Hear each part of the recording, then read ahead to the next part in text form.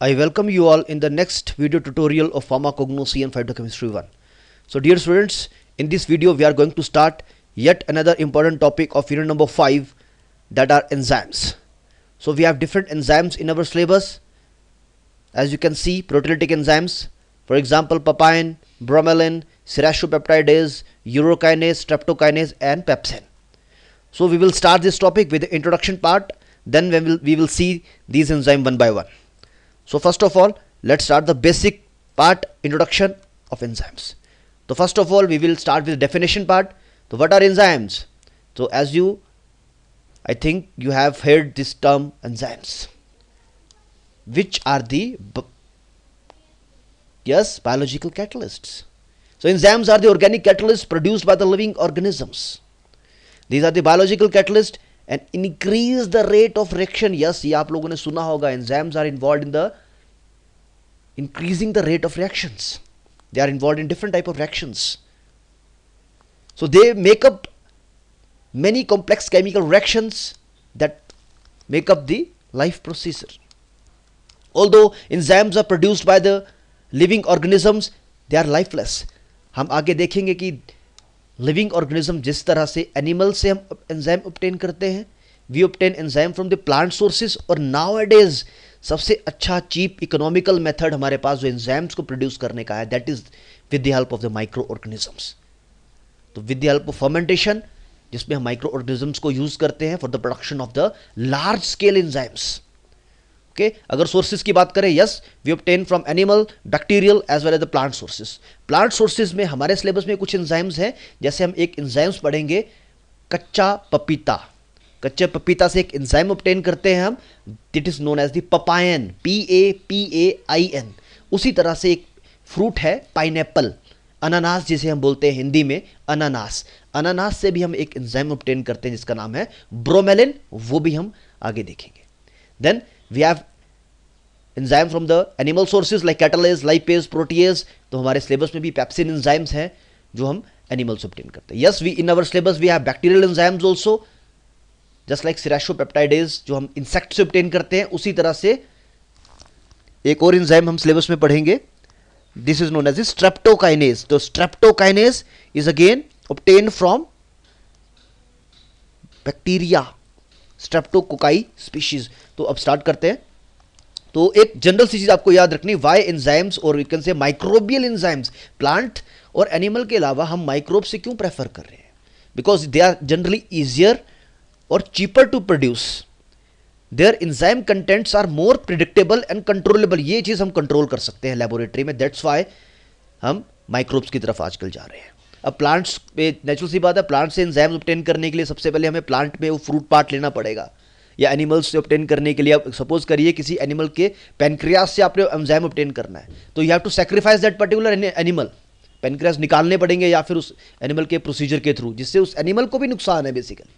तो हम we will prefer the microbes over the plant and animal sources. Third important point, plant and animal tissue contain more potentially harmful materials. हमें पता है plant और animal tissue में बहुत ज़्यादा वेरिएशंस हैं और हार्मफुल मटेरियल भी हो सकते हैं. अगर प्रॉपर कंडीशंस ना मिले किसी भी प्लांट को, तो उसके अंदर हो सकता है प्रॉपर टॉक्सिन्स या प्रॉपर मेटाबोलाइट्स प्रोड्यूस हुए ही नहीं हो. तो लेकिन माइक्रोब्स को हम लैब में कंट्रोल कर सकते हैं, प्रिडिक्ट कर सकते हैं. That's why we are preferring the microbes over the plant and animal sources. If you talk about the general properties of enzymes, as you can see, these are the colloids soluble in water and dilute alcohol, and they are precipitated by the concentrated alcohol. अब इसमें temperature condition में आपने तीन चीजें याद रखनी है. Best activity, enzyme की मैक्सिमम एक्टिविटी किस टेम्परेचर रेंज में होगी? 35 to 40 degree Celsius. They will give the best results. And enzymes are practically inactive at 0 degree Celsius, and beyond 65 degree Celsius they get denatured. उनकी nature change हो जाएगी. तो ये तीन चीजें टेम्परेचर कंडीशंस आपको याद रखनी है. So next is the, after temperature conditions, certain enzymes like certain heavy metals like formaldehyde and free iodine retard enzyme activity. कई बहुत सारी चीजें हैं जो एंजाइम की एक्टिविटी को कम करती हैं या रिटार्ड करेंगी, खत्म कर सकती हैं. जैसे कई हैवी मेटल्स हैं, for example formaldehyde and free iodine.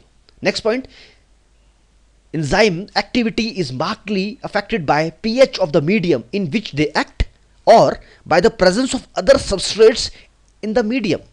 Enzyme की एक्टिविटी हैवी मेटल्स तो मार्क्ड करते ही हैं, उसी के साथ साथ पीएच का एक बहुत बड़ा रोल है जो कि एंजाइम्स की एक्टिविटी पे इफेक्ट करता है. उसके साथ साथ presence of substances like substrate, अगर किसी मीडियम में सबस्ट्रेट प्रेजेंट है तो वो भी एंजाइम की एक्टिविटी को इफेक्ट करेंगे. We will study how this work.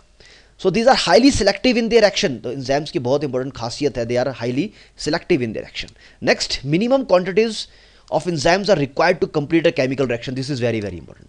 Enzymes की हमें बहुत कम क्वांटिटीज चाहिए किसी भी केमिकल रिएक्शन को कंप्लीट करने के लिए. Next we will talk about the chemical nature. तो अभी हमने देखा ये जो फिजिकल प्रॉपर्टीज, जनरल प्रॉपर्टीज देखी, सॉल्युबिलिटी के बारे में, टेम्परेचर कंडीशंस आपने याद रखनी है, हैवी मेटल्स के साथ वो रिटार्ड हो जाएगा और पीएच का एक बहुत बड़ा रोल है एंजाइम्स की एक्टिविटी में. Next we talk about the chemical nature. दो चीजें वेरी वेरी इंपॉर्टेंट, एपोएंजाइम और प्रोस्थेटिक ग्रुप के बारे में आपको पता होना चाहिए. Many enzyme possesses a known protein. अब एक चीज हमने सुनी होगी, all enzymes are proteins but all proteins are not enzymes. तो enzymes की ज्यादातर नेचर कैसी है, प्रोटीन वाली, but it also contains some known protein chemical compounds or chemical groups. So many enzymes possess a known protein chemical groups. An enzyme moiety comprises a protein component. protein component को हम बोलेंगे apoenzyme, and the known protein component is known as the prosthetic group. I hope this is clear. Apoenzyme is the protein component or prosthetic group is the known protein component. But apoenzyme के बारे में एक और चीज आपने याद रखनी है. Apoenzymes is an enzymatically inactive portion of the enzyme. ये inactive होते हैं basically and require a cofactor for its activity. लेकिन जब इसमें cofactor जुड़ जाता है it will become active. कौन से? Apoenzymes. Then we will talk about the classification. Different authors have classified enzymes in different way, but we will focus upon the one classification, that is on the basis of the reaction they catalyze or they control. Okay, और भी classification है, जैसे on the basis of the site of action, किस action पे act करेंगे, then on the basis of the nature of the substrate. तो first classification on the basis of the reaction control. तो इसके लिए आपने एक ट्रिक याद रखना है, एक फॉर्मूला याद रखना है, लिस्ट OH. L का मतलब क्या आएगा, कौन सा एंजाइम, लाइसिस, आई का isomerases, synthetases, then T for transferases, O for oxidoreductases and H stand for hydrolases. तो इस तरह से आपको ये क्लासिफिकेशन रियाज रखनी है on the basis of reaction controlled. तो एंजाइम्स ऑक्सीडेशन और रिडक्शन के रिएक्शंस कंट्रोल करते हैं, ट्रांसफेरेसिस रिएक्शन कंट्रोल करते हैं, हाइड्रोलिसिस, आइसोमेरेसिस, सिंथेटेसिस और लाइसिस. कैसे, लेट्स सी. फॉर एग्जांपल ऑक्सीडोरेडक्टेसिस की अगर बात करें तो एंजाइम्स कौन कौन से इन्वॉल्व हैं इसमें, डिहाइड्रोजिनेसिस और ऑक्सीडेसिस. तो ये क्या काम करते हैं, transfer of hydrogen and oxygen atoms और electron from one substrate to another. तो ये किस कैटेगरी में एंजाइम्स आएंगे, ऑक्सीडोरेडक्टेस की कैटेगरी में. कौन से, डिहाइड्रोजिनेसिस और oxidases. In the same way transferases enzyme, for example transaminase, they transfer a specific group. नाम से पता चल रहा है, ऑक्सीडेशन रिडक्शन, उसी तरह से ट्रांसफर किसकी, ग्रुप की ट्रांसफर करने में हेल्प करेंगे कुछ एंजाइम्स, फॉर एग्जांपल ट्रांसवेनिनेज और काइनेसिस. Third classification hydrolysis. तो नाम से पता चल रहा है, again it will cause hydrolysis of a substrate. Enzymes involved are esterases और different digestive enzymes. Next is the isomerases. Isomers बनना मतलब change in the molecular form of the substrate. एक फॉर्म से दूसरी फॉर्म में वो कन्वर्ट होता है. इंटर कन्वर्टेबल रिएक्शन जिसे हम बोलते हैं, रिवर्सिबल रिएक्शंस होते हैं. तो examples of enzymes are phosphohexoisomeresis and fumaresis. Then lysis, again examples decarboxylases और aldolysis. Ligases joining का काम करेगा, ligase मतलब जोड़ना, example citric acid synthetase, joining of the two molecules. तो आपको ये classification याद होनी चाहिए. Another classification or you can say the type of enzymes according to the site of action. First classification आपने देखी on the basis of reaction they catalyse, और second आपने याद रखना है on the basis of the site of action. तो as per site of action they are classified into two types, endo enzymes, endo मतलब within, inside, exo मतलब outside, exo enzymes. तो है क्या basically, what are endo enzymes, where substrate and enzymes react inside the cell. For example, oxidase, catalase, urease and nitrate reductase, very very simple. और exo क्या होंगे? Where substrate and enzyme react outside the cell, cell के बाहर की बात हो रही है। फॉर एग्जांपल, सिंपल एग्जांपल इसमें याद रखिए, अमाइलेज, लाइपेज, क्वेगुलेज। ओके, तो आपको दो क्लासिफिकेशन याद रखनी है। On the basis of reaction they categorize, they control, they are LISTOH, and second is the as per site of action endoenzyme and exoenzymes.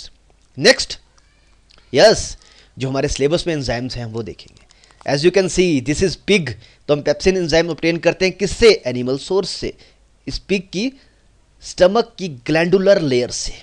अभी हम देखेंगे किस तरह ऑब्टेन करेंगे, क्या प्रोसीजर रहेगा। सेकेंड, यस, पपीता, लेकिन आपने याद रखना यहाँ पे कच्चा अनराइप पपीते से हम ऑब्टेन करेंगे। अगर ये पक गया है, राइप हो गया, तो उसमें से पपायन नहीं निकलेगा। ये कैसा है? It is a unorganized drug obtain as a yes latex from the unripe plant of Carica papaya, caricaceae. अब आपको याद रखनी है बायोलॉजिकल सोर्स, कोशिश करें। ब्रोमेलिन, अनानास, अनानास कोमोसस इसका नाम है, तो इसमें से भी हम एक एंजाइम प्रोड्यूस करते हैं। एंजाइम का नाम क्या है? ब्रोमेलिन। नेक्स्ट, सिरेशियोपेप्टाइडेज, ये क्या है?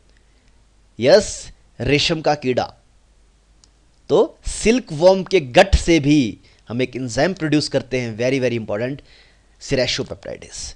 यूरोकाइनेज, ह्यूमन किडनी यूरिन बनाती है, यूरिन से हम यूरोकाइनेज ऑब्टेन करते हैं, पढ़ेंगे इसके बारे में।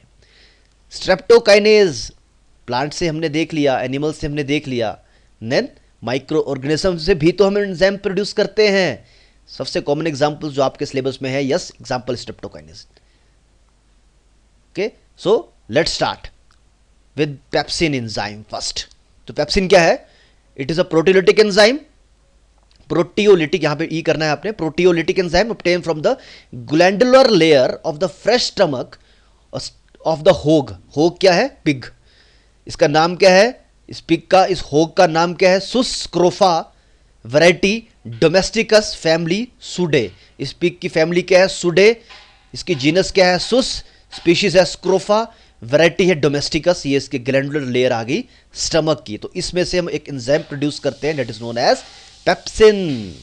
अब डिस्क्रिप्शन देख लेते हैं, पेप्सिन किस तरह से दिखता है हमें। कलर लाइट बफ और white in colour, taste is acidic और saline, odour is slightly meaty, meat odour. Solubility, it is soluble in water but insoluble in alcohol, ether and chloroform. कौन सा? Pepsin enzyme. Now we will see pepsin, please see this image. तो pepsin powder form में हमारे पास available है, हम उसको use करते हैं, इट इज अवेलेबल। नेक्स्ट, अगर if you talk about the preparation, किस तरह ऑब्टेन करेंगे ये पेप्सिन। अब हमें पता है कहाँ पे ये इस पिग की, इस होक की स्टमक लाइनिंग से ऑब्टेन करते हैं। तो कैसे? It is prepared by digesting the mind stomach lining with HCl। हम कुछ नहीं करेंगे, हम स्टमक लाइनिंग लेंगे, बेसिकली ऑब्टेन करेंगे, इसकी स्टमक लाइनिंग्स लेंगे, उनको टुकड़ों में तोड़ेंगे और उसमें HCl ऐड कर देंगे। उनको स्लाइसिस में ब्रेक करके HCl ऐड करेंगे, और जो सोल्यूशन आएगा उसको फिल्टर करके it was clarified, evaporated and dialysed, then it was concentrated करेंगे and either poured on the glass plate, या तो कंसनट्रेट करने के बाद उसको ग्लास प्लेट पे डाल देंगे, और वैक्यूम फिल्ट्रेशन, बेसिकली इसमें हम वैक्यूम ड्राइंग करेंगे, और जैसे हम ये प्रोसीजर फॉलो करेंगे we will obtain the spongy pepsin. Again I am repeating, pepsin is prepared by digesting the minced stomach lining with HCl, then this solution is clarified, partially evaporated, dialyzed, concentrated and either poured on the glass plate to dry, या फिर और carefully evaporated in a vacuum forming a spongy pepsin. तो इस तरह से हमें pepsin obtain हो जाएगा, वेरी वेरी सिंपल। तो it is obtain from this stomach lining of होग सुस्क्रोफा variety domesticus and families Sude. तो ये चीजें आपको इसमें याद रखनी है। Now let's see the properties of pepsin. तो पेप्सिन इज एस्पार्टेज प्रोटीएज। अब प्रोटीलिटिक एंजाइम का मतलब क्या? प्रोटियो मतलब प्रोटीन, लिटिक मतलब लिसिस, जो प्रोटीन के ब्रेक डाउन करे उसको तोड़े स्मॉलर यूनिट्स में, जैसे पेप्टोन्स और अमाइनो एसिड्स में। तो pepsin is aspartic protease and it using a catalytic aspartate in its active sites. It is one of the three principal proteases in the human digestive system. जैसे कि chymotrypsin और trypsin के अलावा ये another important एक प्रोटीलिटिक enzyme है. If we talk about the uses, it is used in the deficiency of the gastric acid secretion. It is also administered to assist digestion in combination with pancreatin के साथ इसे हम देते हैं digestion को improve करने के लिए. It is a proteolytic enzyme and it is administered after meals. Natural सी बात है, प्रोटीन जो भी मील्स कंज्यूम करेंगे हम उसके बाद इस इंजाइम्स को हम कंज्यूम करेंगे ताकि उसकी ब्रेक डाउन में ये हेल्प करेगा. प्रोटीन को स्मॉलर यूनिट्स में it will break down protein into peptones and proteoses. Okay, then it is also used for proper digestion of the food when patient lacks its secretion. अब pepsin basically हमारे stomach में already होता है, लेकिन suppose करिए किसी के stomach में या पेप्सिन की किसी को डेफिशिएंसी हो गई इंजाइम को, तो pepsin is use for the proper digestion of food when patient lack its secretion. अगर किसी के स्टमक में सिक्रीशन नहीं हो रही है पेप्सिन की, तो we will use the particular pepsin. It is also use in laboratory for different analysis of the protein and also in the preparation of cheese and other protein containing food stuff. Okay, so this is about the pepsin. The pepsin also help in the breaking the protein of the food into tiny bits and also assist in the absorption of the nutrients. तो आपने ये चीज़ें याद रखनी बिल्कुल simple है. Next we will talk about the papain. आ गया हमारे पास, yes, पपीता. It is obtained from the unripe fruit of the papaya tree. papaya fruit का नाम है कैरिका पपाया, फैमिली कैरिकेसी. तो आपने याद रखना है, unripe Carica papaya, Caricaceae. This is the plant. Description क्या है? कलर लाइट ब्राउन और वाइट कलर, अमॉर्फस पाउडर है, टेस्ट बिटर, ऑर्डर प्लेजेंट. तो एक बार देख लेते हैं क्या चीज़ कि पपाया जो पपायन एंजाइम है वो किस तरह से मार्केट में अवेलेबल है.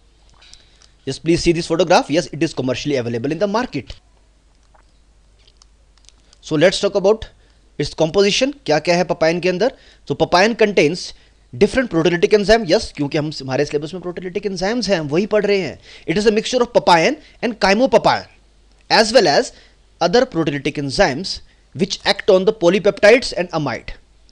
It also contain various other enzymes like peptidase, renin and amylolytic enzymes. So this is about the composition of papain. So let's talk about the isolation. अब पपाया हमसे किससे मिलता है? इस प्लांट से. कैरिका पपाया का latex जो है, तो इसको आइसोलेट कैसे करेंगे? सबसे पहले प्लांट हमें चाहिए, फ्रूट चाहिए, अनराइप चाहिए. Latex of the fruit is collected in the aluminium trays. सबसे पहले हम क्या करेंगे, ये जो फ्रूट है इसका लेटेक्स कलेक्ट कर लेंगे. किसमें? एल्यूमिनियम ट्रेज में ढेर सारा लेटेक्स कलेक्ट कर लेंगे. Sufficient quantity of latex is collected in the aluminium trays. Then to the collected latex potassium metabisulphite is added. सिर्फ एक पॉइंट याद रखना है बस, उस लेटेक्स में क्या ऐड करेंगे? Potassium metabisulphite that is added. Then जो भी इंप्यूरिटीज होंगी, क्योंकि लेटेक्स है इंप्यूरिटीज तो होंगी इसमें, then extraneous matter is cleared out by passing through sieves. Sieve से पास करेंगे जो भी एक्स्ट्रा मैटर है. And the latex is dried under vacuum at 55 to 60 degree Celsius. Further drying करेंगे with the help of spray dryer and then the latex is dried is known as the papain. तो papain obtain कर लेंगे. तो very simple, सिर्फ एक ही composition, एक ही chemical याद रखना है आपने. पोटेशियम मेटाबाइसल्फाइड ऐड करेंगे, then you will clear it, then you will finally obtain papain. तो I hope this is clear. Isolation part is clear to you now. So let's start the uses of papain. Papain के uses क्या है, industry में किस तरह use करते हैं हम इसको? It is use in the clarification of beverages. जितनी भी बेवरेजेस आती हैं, तो बेवरेजेस को क्लियर करने के लिए we are using the papain. तो it is also use in the चीज मैन्युफैक्चरिंग इंडस्ट्री. अब देखिए प्रोटीलिटिक एंजाइम्स हैं, तो ये प्रोटीन को ब्रेक डाउन करेंगे. तो चीज मैन्युफैक्चरिंग इंडस्ट्री में as a substitute of rennin it is widely used. Okay, it is also used for degumming of silk fabrics in the textile industry. तो चीज इंडस्ट्री के साथ साथ textile industry में it is also use for the degumming. Basically जब silk बनते हैं तो एक मेथड, एक प्रोसीजर हम फॉलो करते हैं जिसमें कि उसको डीगमिंग करना पड़ता है. उसमें से गम निकालने के लिए वी आर यूजिंग अवर पपायन. तो एक बार देख लेते हैं डीगमिंग के बारे में. एक लाइन आप लोग पढ़ लें ताकि आपको क्लियर हो सके. Please see this. डीगमिंग क्या होगा? It is a process of removal sericin. एक सब्सटेंस है बेसिकली, एक स्टिकी सब्सटेंस है. It is produced by silk worm that holds the strand of the silk together. तो सिल्क के स्ट्रैंड्स को ये आपस में जोड़ने का काम करता है सेरिसिन. तो इसको रिमूव करने के लिए एक प्रोसीजर है जिसका नाम है डीगमिंग. तो papain is widely used as a degumming of the silk. Apart from this और यूजेस देखते हैं इसके. It is also used in the leather industry for dehairing of silk and hides. तो लेदर इंडस्ट्री में जितने भी आपके जानवरों की जो चमड़ी है, जो स्किन है, उसमें से भी हेयर्स निकालने के लिए, डी हेयरिंग के लिए we are using this enzyme. It is a powerful digestive enzyme. Yes, it is also used along with other conventional treatments for tumors. तो कुछ हद तक हम इसको ट्यूमर्स में भी यूज करते हैं आजकल. In the manufacturing, papain is used in the cosmetic, toothpaste, as a meat tenderizer. Meat को सॉफ्ट करने के लिए इन द मीट प्रोडक्ट इसको यूज करते हैं. Also use in the toothpaste. हाल ही में एक एडवर्टीजमेंट आई थी हिमालय की, दैट इज टूथपेस्ट की ऐड थी, दैट इज स्पार्कली वाइट. तो ये एक पेस्ट मार्केट में अभी लॉन्च हुआ है, ज़्यादा पुराना नहीं है. इसके अंदर भी पपायन ऐड किया गया है. अब please read this. It contain an enzyme papain known to reduce surface strains in tooth. तो दांत में जो सरफेस स्टेन्स पड़ जाती हैं उसको रिमूव करने के लिए भी हम आजकल पपायन को यूज करते हैं इन द टूथपेस्ट. इसी के साथ साथ आपके सिलेबस में एक और एंजाइम है जिसका नाम है ब्रोमेलिन, जो हम पाइनएप्पल से ऑब्टेन करते हैं. तो इस टूथपेस्ट में पाइनएप्पल में ब्रोमेलिन भी ऐड किया गया है जो कि हम पाइनएप्पल से ऑब्टेन करते हैं. अब इसका रोल क्या है टूथपेस्ट में? It reduces stains on the tooth surface. तो यस, एंजाइम बेस्ड टूथपेस्ट भी बन रहे हैं आजकल. So I hope this is clear. Now we will start the bromelain. तो ब्रोमेलिन स्टार्ट करते हैं. यस, किससे लेते हैं? You are all are right, pineapple से. तो पाइनएप्पल का नाम आपने याद रखना है. पाइनएप्पल का साइंटिफिक नेम क्या है? अनानास कोमोसस. अनानास इसे हम हिंदी में भी बोलते हैं तो आसान है याद रखना. Ananas comosus, family Bromeliaceae. Let's talk about the morphology. Colour slightly putrid buff coloured, odourless, taste is unpleasant और इरिटेटिंग. अगर सॉल्युबिलिटी की बात करें तो bromelain is slightly soluble in water but insoluble in organic solvent such as ether, chloroform and alcohol. तो this is bromelain.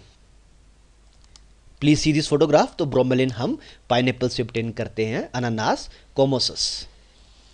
So let's talk about its chemistry. तो bromelain के अंदर क्या है? It is chemically, bromelain is a mixture of protein digesting enzymes and several other substances in the smaller quantities, and the proteolytic enzymes are the sulfahydryl proteases. तो yes, it is a proteolytic enzyme. If we talk about the uses, अगर uses की बात करें तो yes, अभी आपने एक use पढ़ा लास्ट में. देखिए, it is used, reported that bromelain is used as a tooth plaque removal. Tooth का प्लेग जो है उसको रिमूव करने के लिए भी bromelain is now used. Also used in the treatment of the soft tissue inflammation and edema due to surgery and injury. Very very important, used in the treatment of soft tissue inflammation and edema. edema के case में भी, swelling के case में, किसी भी surgery के दौरान अगर या इंजरी के दौरान हम इसको यूज करते हैं.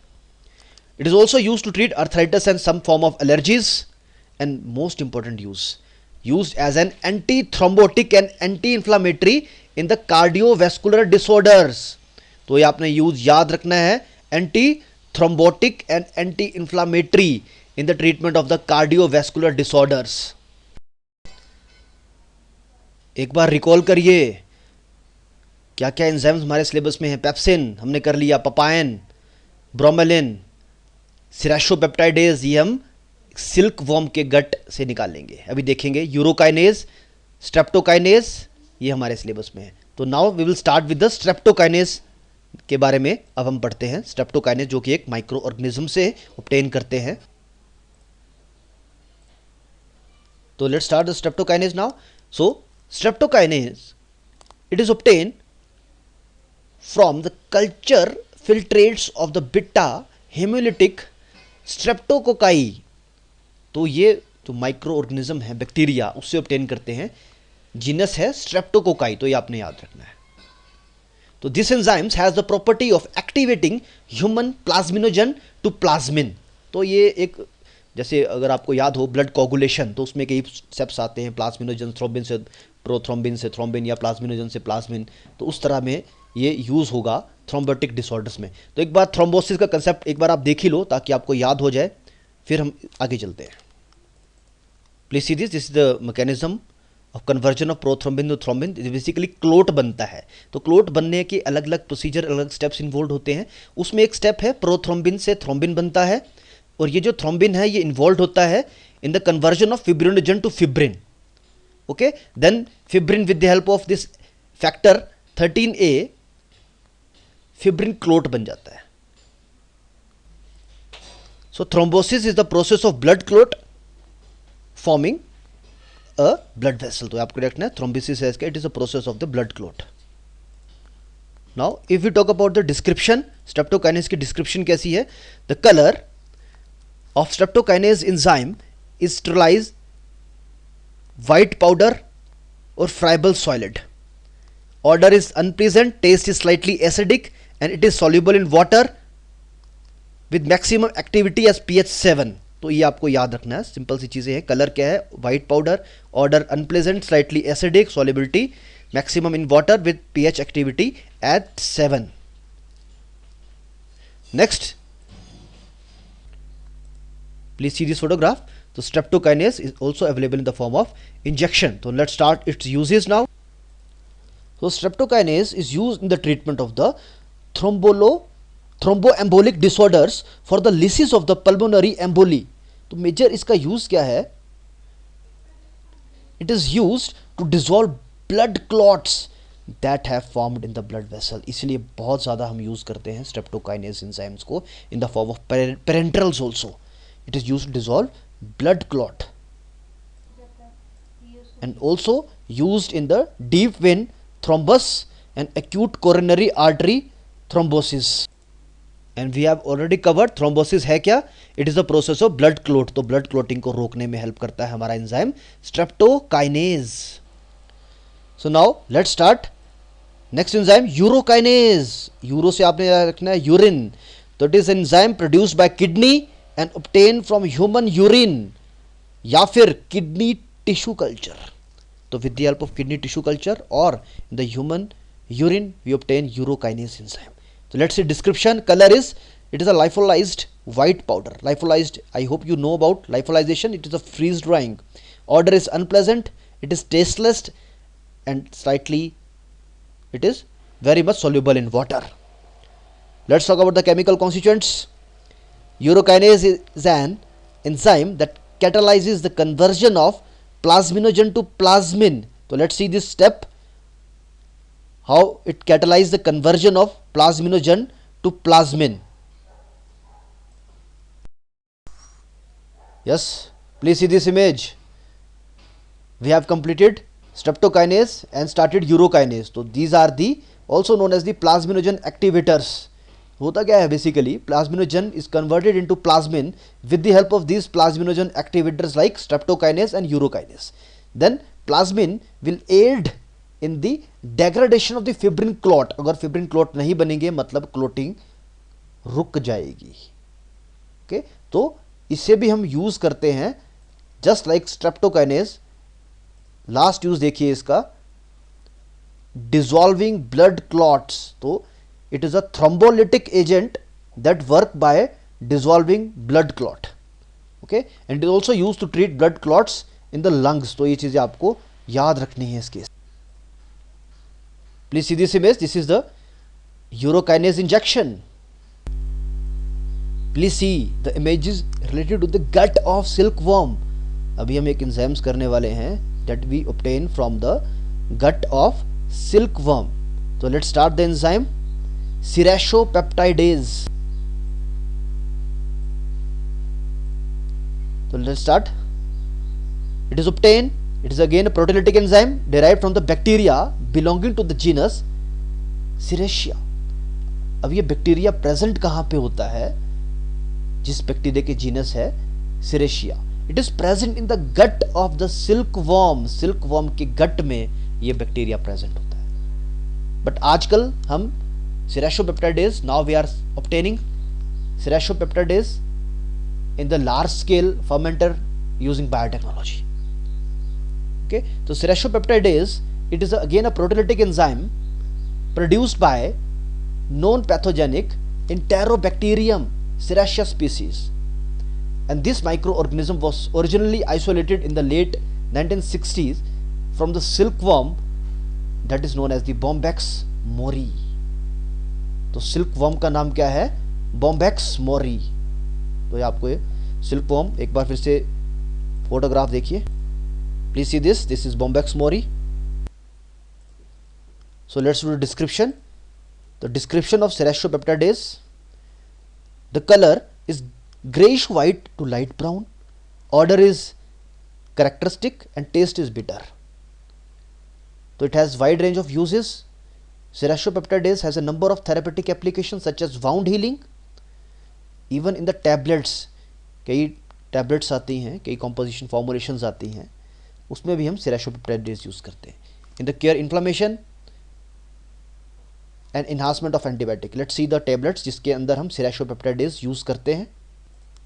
Please see this composition. Composition पढ़िए. Aceclofenac ये एक पेन किलर है, डाइक्लोफेनाक की कैटेगरी में आता है. Aceclofenac जो कि एक नसेड है, non steroidal anti inflammatory drug. इसके साथ पैरासीटामोल प्लस serratiopeptidase, जो जब कभी इंजरी हो जाए तो उस समय पे भी हम, अगर पेन हो रही है तो उसके साथ घाव को हील करने के लिए we are using the serratiopeptidase enzyme. तो this is very very famous formulation. SP stand for hair मेडिफेस. SP क्या है? serratiopeptidase. तो इसी तरह से अलग अलग ब्रांड्स की हैं. इसमें भी एसरकॉम SP. तो SP का मतलब है serratiopeptidase हम लार्जली आजकल हम यूज़ करते हैं. द वाउंड हीलिंग प्रॉपर्टी भी है इसकी. तो it is also very effective bacterial enzyme. कौन सा? serratiopeptidase. तो प्लीज़ रिकॉल करिए कौन कौन से एंजाइम्स आपके सिलेबस में हैं. Pepsin, we have completed pepsin obtain from the hog Sus scrofa family Bovidae. Family क्या फैमिली है इसकी? Yes, Suidae. याद रखना है आपने, family Suidae. Papain, Carica papaya, Caricaceae is the family. Then bromelain, Ananas, comosus, serratiopeptidase ये भी हमने किया. तो फ्रॉम दी इसके गट से हम, इसमें गट में एक बैक्टीरिया है, उसमें से हम serratiopeptidase ऑब्टेन करते हैं enzyme. Then urokinase, yes, in from the urine और किडनी को टिश्यू कल्चर के जरिए आजकल हम ऑब्टेन करते हैं. Then streptokinase again obtain from the micro organism. So I hope we have completed the topic enzymes now. So now you have a brief idea about enzymes. Thank you very much for your patience. So in the last, I acknowledge all the sources I have used to prepare this video, especially Google Images, SlideShare, etc. So this video is intended for education purpose.